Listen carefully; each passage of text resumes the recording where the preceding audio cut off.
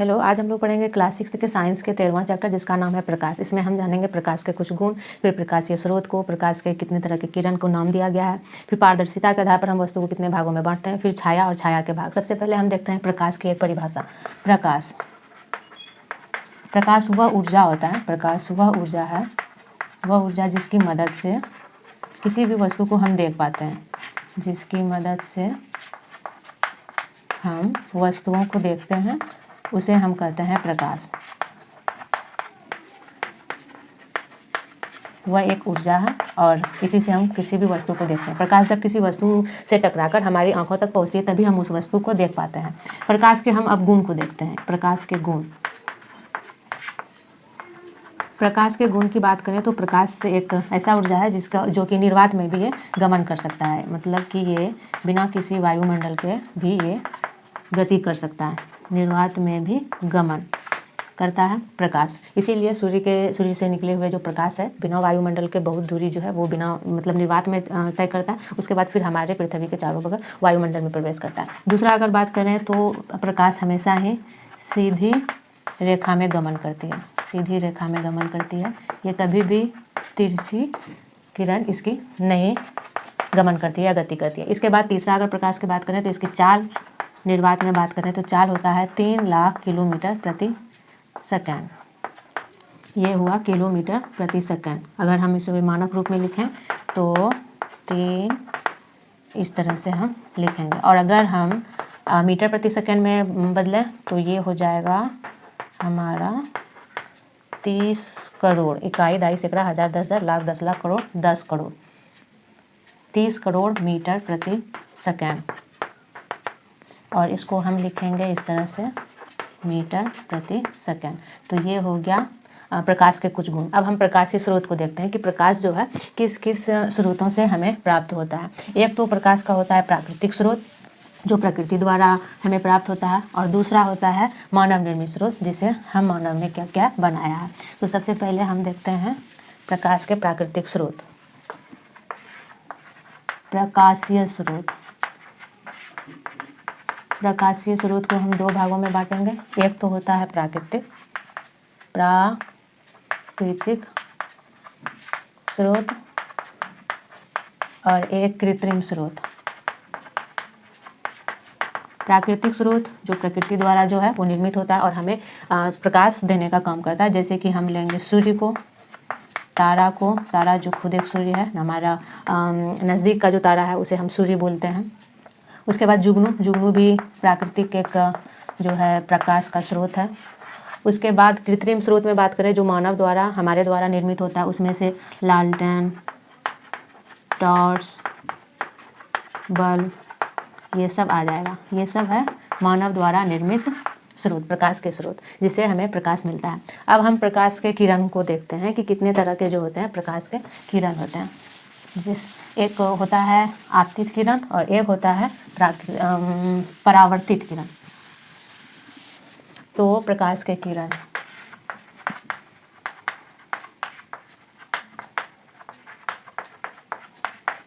एक होता है आपतित किरण, और एक होता है परावर्तित किरण, आपतित किरण प्रकाशीय स्रोत से निकला हुआ किरण आपतित किरण कहते हैं, या तो टॉर्च से, लालटेन से, या कोई भी प्राकृतिक स्रोत, चाहे वो सूर्य हो, तारा हो। तो प्रकाशीय स्रोतों से निकला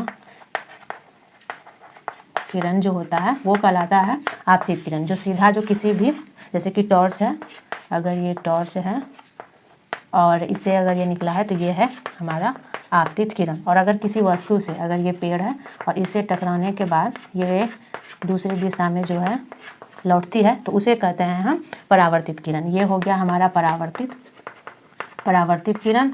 और ये जो प्रकाशीय स्रोत से सीधी निकली है ये है आपतित किरण। मतलब अगर किसी भी प्रकाशीय स्रोत जिससे कि हमें रोशनी प्राप्त हो रही होती है उससे निकली हुई सीधी किरण जब तक कि किसी वस्तु से ना टकराए तो वो आपतित किरण कहलाता है। किसी वस्तु से टकराने के बाद जब वो लौटती है तो उसे हम कहते हैं परावर्तित किरण। तो किसी सतह या वस्तु से टकराकर से टकरा कर लौटती किरण को हम बोलेंगे, लौटती किरण को बोलेंगे हम परावर्तित किरण। तो ये हुआ हमारा दो प्रकाश की किरण, एक आपतित और एक परावर्तित। अब हम पारदर्शिता के आधार पर वस्तु को देखते हैं कि कितने भागों में बांटा जा सकता है। पारदर्शिता के आधार पर हम वस्तु को 3 भागों में बांटेंगे, एक पारदर्शी, एक अपारदर्शी और एक पारभासी। पारदर्शिता के आधार पर वस्तु,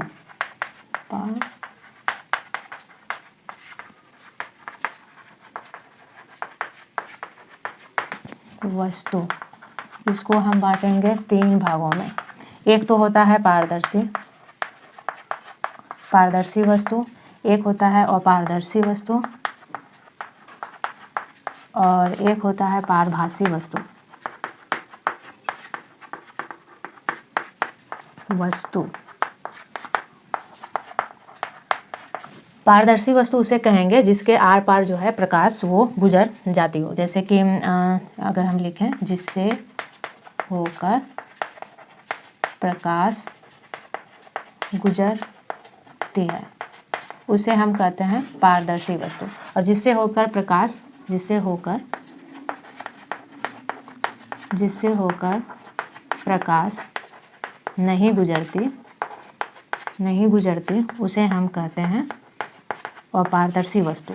और जिससे होकर प्रकाश इससे होकर प्रकाश आंशिक रूप से गुजरती है। आंशिक मतलब थोड़ा बहुत वो गुजरती है, प्रकाश की किरणें आंशिक रूप से जो है गुजरती है, तो उसे कहते हैं हम पारभासी वस्तु। अब हम पारदर्शी वस्तु, या तो हम ये भी कह सकते हैं पारदर्शी वस्तु जिसके आर पार ना, जो इसके आर पार दिखे उसे हम कहेंगे पारदर्शी वस्तु। और पारदर्शी वस्तु जिसके आर पार बिल्कुल भी ना दिखे उसे कहेंगे हम अपारदर्शी। और पारभासी जिसके आर पार आंशिक रूप से थोड़ा बहुत, या हम धुंधला लिखते हैं, जो धुंधला दिखे, जिसके आर पार धुंधला दिखे उसे हम कहेंगे पारभासी वस्तु। अगर हम उदाहरण लें तीनों की तो इसमें ले सकते हैं हम शीशा, साफ पानी, ये सब हो गया पारदर्शी वस्तु में। और पारदर्शी वस्तु में लें तो जैसे कि किताब, लकड़ी, पत्थर, ये सब हो जाएगा हमारा अपारदर्शी। इसके उस पार देखने की कोशिश करें तो बिल्कुल भी ना दिखेगी, या उस पार प्रकाश की किरणें गुजर ही नहीं पाएगी। पारभासी में धुंधला दिखता है, जैसे कि अगर घिसा हुआ कांच, अगर किसी कांच को हम घिस दें, घिसा कांच, या तो हम लेते हैं तेल लगा कागज़ या पतला कपड़ा, इन सब चीज़ के उस पार देखने की कोशिश करें तो हमें धुंधला दिखाई देता है। तो ये सब हो गया पारभासी वस्तु के उदाहरण। इस तरह से हम देखते हैं पारदर्शिता के आधार पर वस्तु को 3 भागों में बांटा हमने, पारदर्शी, अपारदर्शी और पारभासी। अब हम आगे देखते हैं छाया। और पारदर्शी वस्तु के जिसके उस पार जो है प्रकाश बिल्कुल भी नहीं जा पाती, तो वैसे वस्तुओं का देखते हैं हम काला सा जो है दूसरे प्रकाश जिधर से आते हैं उसके विपरीत दिशा में काला एक आकृति उसी वस्तु का प्राप्त होता है, उसे ही हम कहते हैं छाया। तो छाया देखते हैं हम किसे कहते हैं, और छाया के भाग भी देखेंगे। छाया अगर किसी अपारदर्शी वस्तु जिसके आर पार जो है प्रकाश की किरण ना गुजरती हो तो उसका जो है जिस दिशा में, जैसे कि अगर मेरा ये हाथ है और इस दिशा से रोशनी आ रही है, तो अगर ये अपारदर्शी वस्तु है तो इसका सतह पे क्या है कि एक काला जो है छाया प्राप्त होगा, उसी के आकृति के जैसा ही, उसे ही हम कहते हैं छाया। जब किसी अपारदर्शी वस्तु जिससे कि प्रकाश की किरण उस पार ना जाए, अपारदर्शी, जब किसी अपारदर्शी वस्तु को प्रकाश में लाया जाता है तो उसका प्राप्त काली आकृति वही कहलाता है हमारा छाया। जब किसी अपारदर्शी वस्तु को प्रकाश में लाया जाता है तो उसकी प्राप्त काली आकृति क्या कहलाता है? छाया। छाया अगर हम देखें तो दो तरह का मिलता है। छाया के भाग 2 भाग होते हैं, एक तो पूरा अंधेरा वाला होता है, पूरा काला वाला होता है, और एक होता है हल्का हल्का काला वाला। तो एक होता है प्रच्छाया और एक होता है उपछाया। छाया वाला भाग किसी भी, अगर हम छाया को देखें तो ये बहुत ही काला वाला भाग होता है, यह काला भाग होता है, बहुत ही काला भाग, गहरा वाला भाग ये होता है, और ये होता है कम काला वाला छाया का भाग। और अगर हम बात करें कि ऐसा, और ये बीच में और ये किनारे किनारे, ये कहते हैं ये बीच में होता है किसी भी छाया के बीच में, और ये होता है किनारे किनारे। क्यों? क्योंकि ये जो होता है इसमें किसी भी प्रकाश जो भी जिससे भी निकल रहा हो, या तो किसी टॉर्च प्रकाश से स्रोत या कोई सूर्य की रोशनी जिस चीज़ से भी हो, उसमें से बीच में बिल्कुल भी प्रकाश जो है, प्रकाश की किरण नहीं पहुंच पाती। जहाँ प्रकाश की किरण नहीं पहुंचती, बिल्कुल भी नहीं, बिल्कुल नहीं पहुंचती, उसे हम कहते हैं प्रछाया। और वहीं पर किनारे किनारे में हल्की हल्की या कुछ जो है किरण क्या होती है, प्रकाश की किरण पहुंचती है, तो उसे हम कहते हैं उपछाया। जैसे कि अगर हम अपनी हथेली को प्रकाश के स्रोत में लाएं तो हमारा हथेली का जो भी आएगा, अगर हम समझें कि ये है हाथ की आकृति, तो ऐसे में क्या देखेंगे कि हाथ का इस तरफ से हल्का हल्का जो रोशनी है वो इस वाले पार्ट पे, इस वाले छाया में पड़ेगा, तो ये वाला छाया कम काला लगेगा, किनारे किनारे वाला, क्योंकि वस्तु के इस ओर से हल्का हल्का जो है वो पहुँचेगा। तो इस वाले भाग को हम कहेंगे उपछाया। ये कम काला होता है, और बीच वाला बहुत ही डार्क होता है, गहरा काला होता है, इसे ही बोला जाता है प्रछाया, क्योंकि यहाँ जो है प्रकाश की किरण बिल्कुल भी नहीं पहुँच पाती बीच वाले पार्ट पर, और इसीलिए प्रछाया वाला भाग जो होता है वो बहुत ही छाया का काला भाग होता है। तो इस तरह से हमने हमारे 13वां चैप्टर प्रकाश में प्रकाश के अलग अलग गुण, उसके स्रोत और पारदर्शिता के आधार पर वस्तु को भी बांट लिया, छाया और छाया के भाग को भी देख लिया। तो अब मिलते हैं अगले चैप्टर के साथ अगले वीडियो में।